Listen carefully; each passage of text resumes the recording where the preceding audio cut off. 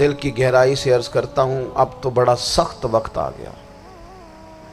اب چونکہ اب تو کیمرے کی آنکھ آئی ہے تو وہ زخمی بچے دیکھے نہیں جاتے، وہ تڑپتی مائیں دیکھی نہیں جاتی، وہ سسکتی اور آواز دیتی بیٹیاں سنی نہیں جاتی۔ وہ آوازیں ایسی ہیں جیسے وہ رات کے سناٹوں میں چیخیں بن کے لوگوں کو جگایا کریں گی۔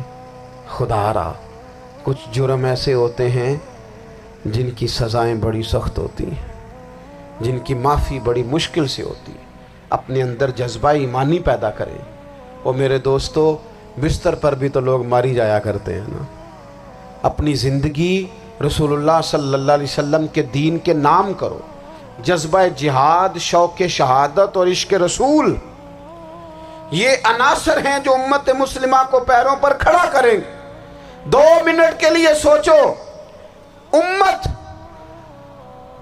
اگر اسی طرح کٹتی رہی، پریشان رہی، دکھتی رہی اور باری باری کر کے، اقبال نے کیا کہا تھا؟ اس نے کہا تھا وطنوں میں، انہوں نے کہا تھا کہ ان تازہ خداؤں میں بڑا سب سے وطن ہے، جو پیرہن اس کا ہے وہ مذہب کا کفن ہے۔ عزیز دوستو، جن لوگوں کی منزل ہوتی ہے نا، جو لوگ طے کر لیتے ہیں ہم نے کہیں پہنچنا ہے، تو پھر سفر جب کرتے ہیں نا، ہم طے کرتے ہیں کہ آج مجھے فیصل آباد، لاہور کسی جگہ جانا ہے، تو پھر رستے میں یہ تھوڑی دیکھا جاتا ہے کہ سپیڈ بریکر کتنے آئے، یہ تھوڑی دیکھیں گے کہ راہ کے اندر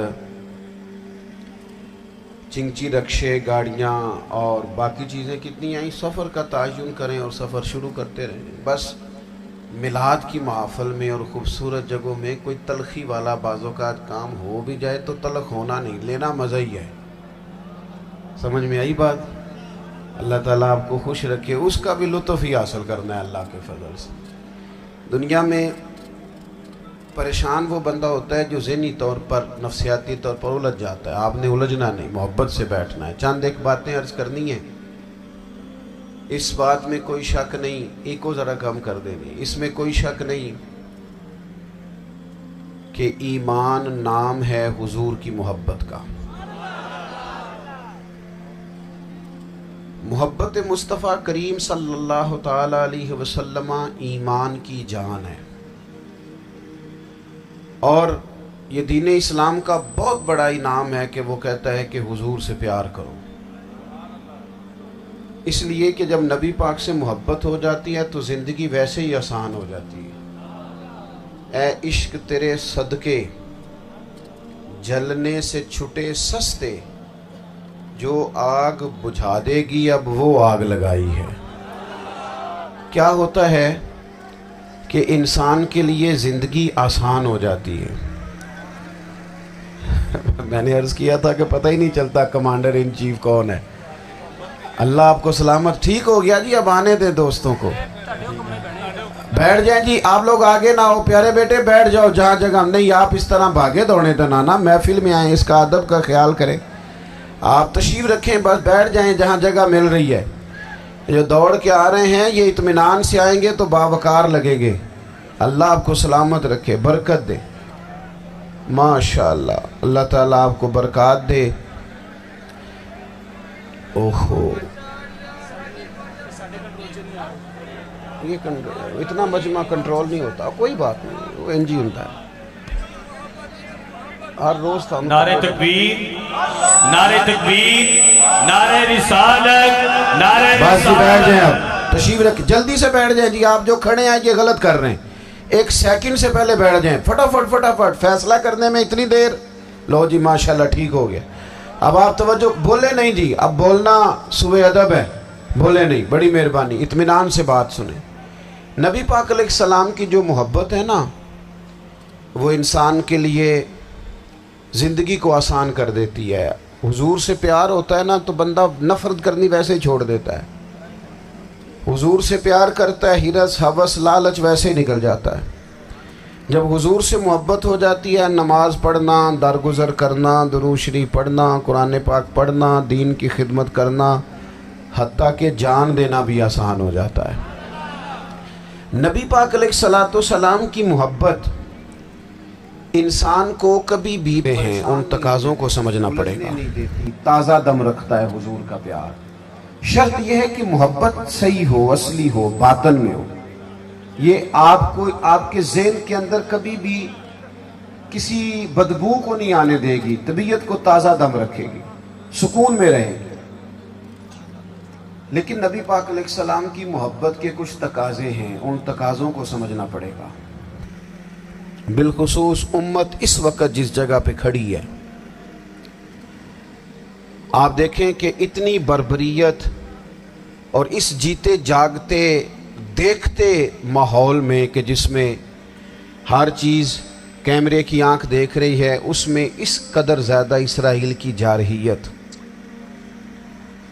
اس کے جواب میں 2-3 تازیانے ہیں وہ سمجھنے والے. ایک ہے کہ میں کوئی جذباتی بات کروں گا، آپ اس کی تائید کر دیں گے. ایک ہے کہ پہلوؤں پر غور کرنے کا وقت ہے کہ اتنے کٹھن ماحول میں بھی اگر مسلم امہ کے لیڈر بیدار نہیں ہو رہے تو آپ کو پس منظر سمجھنا پڑے گا کہ ہم نے نبی پاک کی محبت کے تقاضوں کو نہیں سمجھا.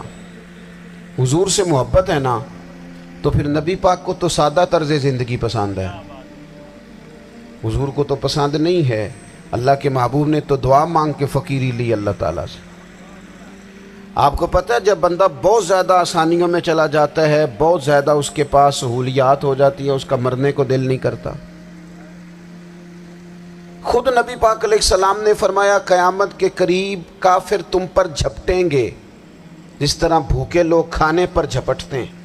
حضور کیوں، ہم تھوڑے ہوں گے؟ فرمایا نہیں، تمہیں دنیا سے محبت ہو جائے گی اور موت تمہیں بری لگے گی. اتنے بڑے بڑے بنگلے، عالی شان محلات، کس کا چھوڑ کے مرنے کو جی چاہتا ہے معاذ اللہ. نبی پاک کی محبت کا تقاضا سمجھو. ایسا نہیں کہ وہاں دولت آئی نہیں. حضور تو فرماتے ہیں کہ اللہ نے خزانوں کی کنجیاں میرے ہاتھ میں رکھ دی ہیں، لیکن میں نے عرض کیا مالک ایک وقت روٹی دینا اور ایک وقت کا فاقہ دینا. کنجیاں خزانوں کی اللہ نے دی.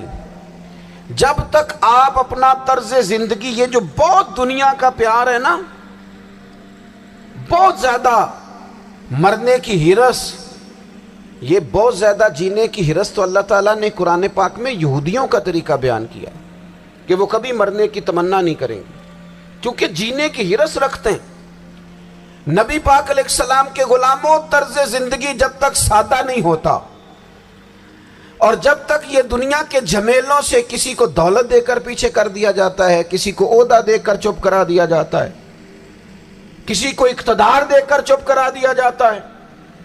رسول اللہ صلی اللہ علیہ وسلم کے سچے غلام، انہیں ایک بات کی سمجھ آ گئی تھی کہ ہمیں ہمارے رب نے کہا ہے قل ان کنتم تحبون اللہ فاتبعونی یحببکم اللہ.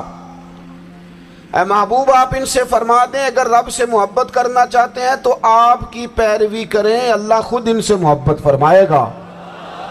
جب رب بھی ان کا ہو جائے گا، جب رب بھی ان کا کی محمد سے وفاتوں نے تو ہم، یہ جہاں چیز ہے کیا، یہ لوح و قلم تیرے، اس کا کیا مطلب ہوا؟ لوح و قلم، قلم لکھتی ہے نا تقدیریں، مقدر فیصلے، تو لوح و قلم تیرے ہیں، اس کا مطلب یہ ہے کہ پھر رب کریم تیرے اوپر فضل کرے گا اور وہ جن فیصلوں کی امت کو دیانت سے چاہت ہے اللہ اپنے فضل سے وہ فیصلے فرمائے گا. جب تک زندگی حضور کی غلامی کی طرف نہیں جاتی وہ اللہ تعالیٰ کی تائید نہیں پاتی. حضرت عبداللہ ابن حذافہ رضی اللہ تعالیٰ عنہ کو رومیوں نے قید کر لیا تھا، اور جب رومی آپ کو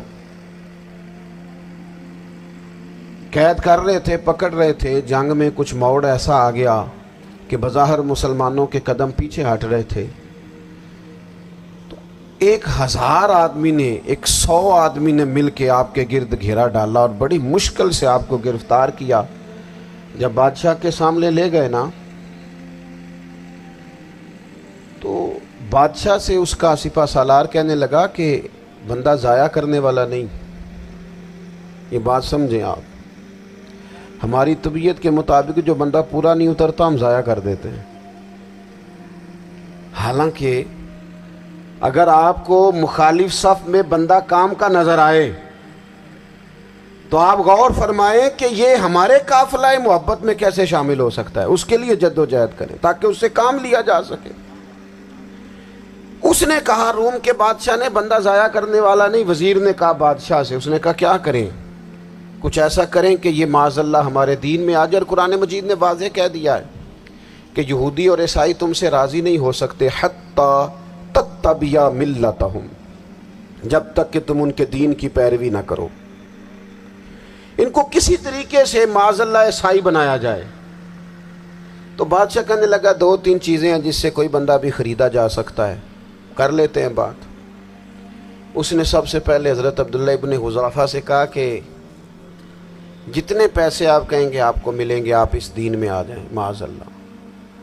تو حضرت عبداللہ ابن حذافہ نا, کچھ لوگ بڑے سیانے ہوتے ہیں, بردبار ہوتے ہیں, بعض باتوں پر غصہ نہیں کرتے, ہنستے ہیں. حضرت عبداللہ ابن حذافہ ہنس پڑے, فرمانے لگے تجھے کس نے بادشاہ بنایا, تو بڑا بیوقوف آدمی ہے.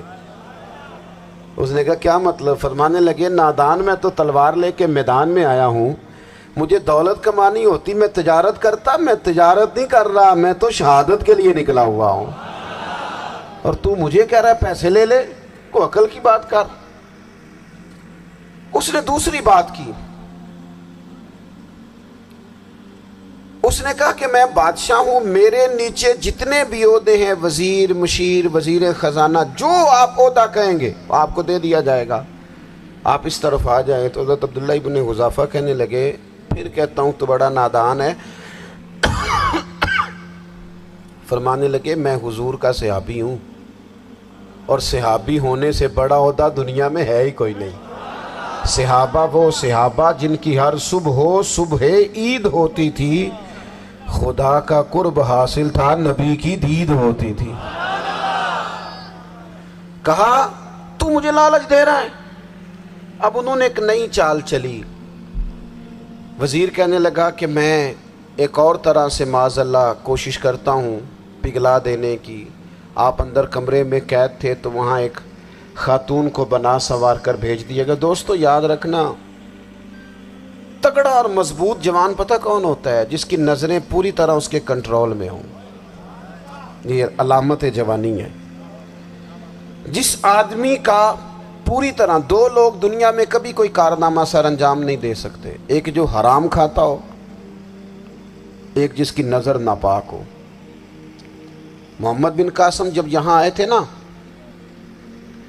تو ایک دن بڑے پریشان تھے. تو ایک بزرگ کہنے لگے آپ کیوں پریشان ہیں؟ کہنے لگے راجہ دہر سے مقابلہ ہے, اور ہماری فوج تو سندھ کے رستے بھی نہیں جانتی, زبان بھی نہیں جانتی, لڑیں گے کیسے؟ 2-4 دن کے بعد ان بزرگوں کی دوبارہ محمد بن قاسم سے ملاقات ہوئی تو بڑے خوش تھے. کہا اب آپ کیوں خوش ہیں؟ کہنے لگے وہ میرا مقابلہ نہیں کر سکتا, میں نے تحقیق کر لی ہے. کہا کیوں؟ کہنے لگے نظر کا گندہ ہے, اور جو نظر کے گندے ہوتے ہیں وہ میدانوں میں ٹھہرا نہیں کرتے. میدان کے لیے نکلنے کے لیے پاک جوانی کی ضرورت ہوتی, تطہیر مزاج ہونا ضروری ہوتا ہے, پاکیزہ افکار اور سچی اور سچی ستھری سوچوں کا ہونا ضروری ہوتا ہے. اس لیے فرمایا کہ میرا مقابلہ نہیں کر سکتا. حضرت عبداللہ ابن حذافہ کمرے میں تھے, تو وزیر کی بیٹی اندر سجی سنوری پہنچ گئی. جیسے ہی آپ نے اس کفر کی چال کو دیکھا تو تیمم کر کے نفل شروع کیے. وہ ساری رات بیٹھی رہی, رب کا بندہ ساری رات عبادت کرتا رہا. عبادت بڑا سہارا ہے, مصلی بڑا سہارا ہے اللہ کے بندوں. صبح دروازہ کھولا, وزیر نے اپنی بچی سے پوچھنا چاہتا تھا رزلٹ کیا نکلا, تو وہ کہنے لگی پیچھے ہٹ جا, اب تیرا میرا تعلق کوئی نہیں, میں نے نبی پاک کا کلمہ پڑھ لیا. اس نے کہا میں نے بھی زمانہ دیکھا ہے, پر یہ کیا لوگ ہیں, کستوری کے بنے ہوئے, سندل سے دھلے ہوئے, کہ میں ساری رات کمرے میں رہی اور 100 اور 1000 آدمی جس جوان کا مقابلہ نہ کر سکے, اتنا طاقتور جوان کمرے میں رہا اور اسے نظر اٹھا کے نہ دیکھا. او کچا رنگے للاری والا جڑا چڑھدا تے لیندا رہندا ہے, اے عشق تیرے دا رنگ محمد چڑھیا پھر نہیں لیندا. میں کہا ایک دفعہ نظر اٹھا کے نہیں دیکھا, کمال ہو گئی. اتنے بڑے لوگ اتنی بڑی سعادت مندی، فیروز بختی، معاملہ فہمی حد ہو گئی۔ اللہ اکبر۔ دوستو، بادشاہ جب پوری طرح ہار گیا نا، اس نے کہا مار دو۔ تیل گرم کیا ایک کڑاہی میں، اور جب آپ کو اس میں ڈالنے لگے تو آپ کی آنکھوں میں آنسو آ گئے۔ بادشاہ کا خیال ہوا شاید نرم ہو گئے ہیں، کہنے لگا روئے کیوں؟ فرمانے لگے سوچتا ہوں جان ہی ایک ہے، کتنا مزہ ہے اس کی راہ میں جان دینے کا، کتنی لذت ہے اس کے نام پر مرنے میں، کتنا لطف ہے۔ جے تو چڑھیا اتے دار بھی نہیں تے جے تو وکیا عشق بازار بھی نہیں، تے ایڈا سستا سودا پیار بھی نہیں، تے ایڈا سستا لبدا یار بھی نہیں۔ کئی جنگل گانے پیندے نہیں، کئی دوزخ لنگنے پیندے نہیں، جے وہ اس ملوں بھی مل جاوے ایدوں سستا ہور بپار بھی نہیں۔ تے کچھ سمجھ نہ آوے لوکانوں وہ کادے نال شہید کرے، ڈٹھی یار دے ہاتھ تلوار بھی نہیں، پر او دا خالی جاندہ وار بھی نہیں۔ کہنے لگے ایک جان ہے نا، تو دل کرتا ہے ہزاروں ہوتی تو ایک ایک کر کے محبوب کے نام پہ قربان کرتا، جب میرے پاس ہے ہی ایک، کروں کیا؟ حضرت عبداللہ ابن حذافہ رضی اللہ تعالیٰ عنہ جب روئے اور بادشاہ نے یہ بات سنی تو بادشاہ اٹھ کے کھڑا ہو گیا، سارے وزیروں مشیروں کو کہنے لگا تم نے کہا تھا نا بندہ ضائع کرنے والا نہیں، یہ بھی ضائع کرنے والا نہیں۔ کہنے لگا میرا ماتھا چومو، تم جیسے لوگوں کو قتل نہیں کرنا چاہیے، آزاد کرنا چاہیے۔ عزیز، اپنی زندگی سے نا یہ بہت زیادہ ہرس، ہوس، طمع، اور یہ کسی بات کی بھی ہو، ہرس صرف پیسوں کی نہیں ہوتی ہے، شہرت کی بھی ہوتی ہے، یہ بیماری انسان کو اقتدار کی بھی ہوتی ہے، تعریف کی بھی بیماری ہوتی ہے، یہ سارے نقص ہوتے ہیں لوگوں کو، اور معاذ اللہ بعض جبوں کبوں کے اندر بھی ہوتے ہیں، وہاں بھی پنپتے ہیں۔ اپنی زندگی جب تک اس سادگی میں نہیں لاؤ گے جو رسول پاک نے عطا فرمائی ہے، جب لوگ آسانیوں میں پوری طرح الجھ گئے تو پھر وہ دور ہوئے اور کفر چڑھ گیا۔ دوسری بات، اللہ کے محبوب صلی اللہ تعالی علیہ وسلم کی محبت ہم سے تقاضا کرتی ہے کہ ہم اس مشن کے لیے کام کریں جس مشن کے لیے رسول پاک نے کام فرمایا ہے۔ ہم سارے کام بڑے مضبوطی سے، سوچ سمجھ کے، تدبر سے، حکمت سے، تقاضوں کو مد نظر رکھتے ہوئے کرتے ہیں سارے کام۔ دین کے کام میں ہمارا مزاج نہیں ہوتا، او ہو جائے گا جی، آپ بسم اللہ پڑھیں جی، شروع کریں جی۔ آپ تقاضوں کو سمجھیں، چیزوں کو دبائیں نہیں، چیزوں پر غور کریں۔ کسی کے ذہن کی سطح پر سوال ابھرتا ہے، اس کا تسلی بخش جواب دیں۔ اپنی زندگی میں دین کے کام کے لیے اپنے آپ کو وقف کریں، اور دین کے کام کے بہت سارے پہلو ہیں۔ ہزاروں لوگوں کو قرآن پاک ٹھیک پڑھنا نہیں آتا، ہزارہ لوگ ہیں جو قرآن مجید کے مطالب سے آگاہ نہیں ہیں، دین کی بنیادی ضروریات سے لوگ نابلد ہیں۔ میں آپ کو کس طرح یہ بات سمجھاؤں کہ ہزاروں کی تعداد میں طلاقیں اس لیے ہوتی ہیں کہ مردوں کو طلاق کے مسئلے نہیں آتے، انہیں پتہ نہیں ہے کہ مجھے حقوق زوجین کے معاملے میں کیسے چلنا ہے۔ ڈھیر سارے گھروں میں تباہی اس لیے ہے کہ تربیت اولاد کا دینی منہج ہمیں نہیں پتا۔ اپنا حصہ ملائیں دین کے کام میں۔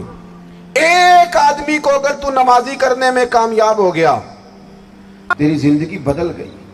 وہ دین بیزار لوگ جو ہمارے بیچ بیٹھ کے ہماری نوجوان نسل کو پگڑی اور داڑھی کا نام لے کے بنیادی طور پر دین سے دور کرتے، ایسے نوجوانوں کو دین کا پیغام محبت دے کر دین کے قریب کرنا ہماری ڈیوٹیوں کا حصہ ہے۔ ہمیں ذمہ داری کا احساس کرنا پڑے گا، ہمیں یہ خاص قدم اٹھانا پڑے گا، توجہ دینی پڑے گی۔ مساجد، مدارس، میں آپ سے عرض کروں، اتنی ڈٹ کے مخالفت ہوتی ہے نا مدرسوں کی، اتنی ڈٹ کے۔ میں ادارہ چلاتا ہوں، اس کے چلانے میں جو مشکلات ہیں وہ تو ہم بتا نہیں سکتے آپ کو، اس لیے کہ میری قوم، میرا اس قوم سے تعلق ہے جو نعت خواں امیر کرنا چاہتی ہے، مدرسے نہیں، ہاں نقیب خطیب پیدا کرنا چاہتی ہے، شعر و شاعری کی زندگی کو پروان چڑھانا چاہتی ہے۔ فقط ہمارا ان لوگوں سے تعلق ہے جو لاکھوں کروڑوں روپیہ محافل پہ لگائیں گے، اور قاری صاحب بیچارے اگر مسجد کا کوئی ہونے والا کام کسی وقت بتا دیں گے تو وہ بڑی مشکل آ جائے گی ان کے لیے. یہ کیسے ہو سکتا ہے، آپ نے یہ ڈیوٹی بتا دی. مدارس اور جتنا اہم رول دین کو پھیلانے میں مدارس اسلامیہ کا ہے، اتنی زبردست. لوگوں کا خیال ہوتا ہے میری طرح کے لوگ شاید کام کرتے ہیں، ڈیوٹی کرتے ہیں. یہ 10-15 لوگ آپ کو نظر آتے ہیں جو آپ کو کہیں میڈیا پر یا ادھر ادھر ڈیوٹی کرتے، مخلص لوگ اپنی جگہ پہ، وہ بھی بڑا ہی کام کر رہے ہیں. جو میڈیا پہ آ کے بھی اخلاص سے اور درد دل سے کو دین کی، ان کی بھی کسی بات کی حوصلہ شکنی نہیں. لیکن ہزارہا اساتذہ جو مدارس میں بیٹھ کے پڑھاتے ہیں، جنہوں نے وہ سارے لوگ تیار، آپ سمجھ نہیں سکتے کتنا بڑا کام. حفظ کا استاد جو ہوتا ہے نا، اس کی ڈیوٹی 24 گھنٹے ہوتی ہے فجر سے پہلے، اور اس نے بچوں کو اٹھانا ہے. تنخواہ تو ہم انہیں دینا نہیں نہ چاہتے جی، تنخواہ نہیں دئی دی انہوں نے. ہم بھی مولوی امیر نہ ہو جانا. مولوی نو تے سوٹ بھی 27ویں والی رات دے ہے تاکہ کدھر سوان کے عید والے دن پا نہ لوے، کیونکہ 27ویں تو بعد تے درزی پھڑتا ہی کوئی نہیں. کیوں حضرت ایسا ہی ہے نا، اس وقت تو نہیں نہ لیتا. تو ہم چاہتے ہیں مولوی ہماری مرضی کے ہماری طرح کا سوٹ نہ پہن لے. مدارس کی مضبوطی آپ یہ دیکھ لیں، یہ صلاح الدین ایوبی کا تعلق بھلا کس چیز سے تھا؟ غوث اعظم کے مدرسے سے. حضور غوث اعظم کے مریدوں کی جماعت اس کے ساتھ شامل تھی. کون لوگ تھے جنہوں نے مدارس سے فیض پایا؟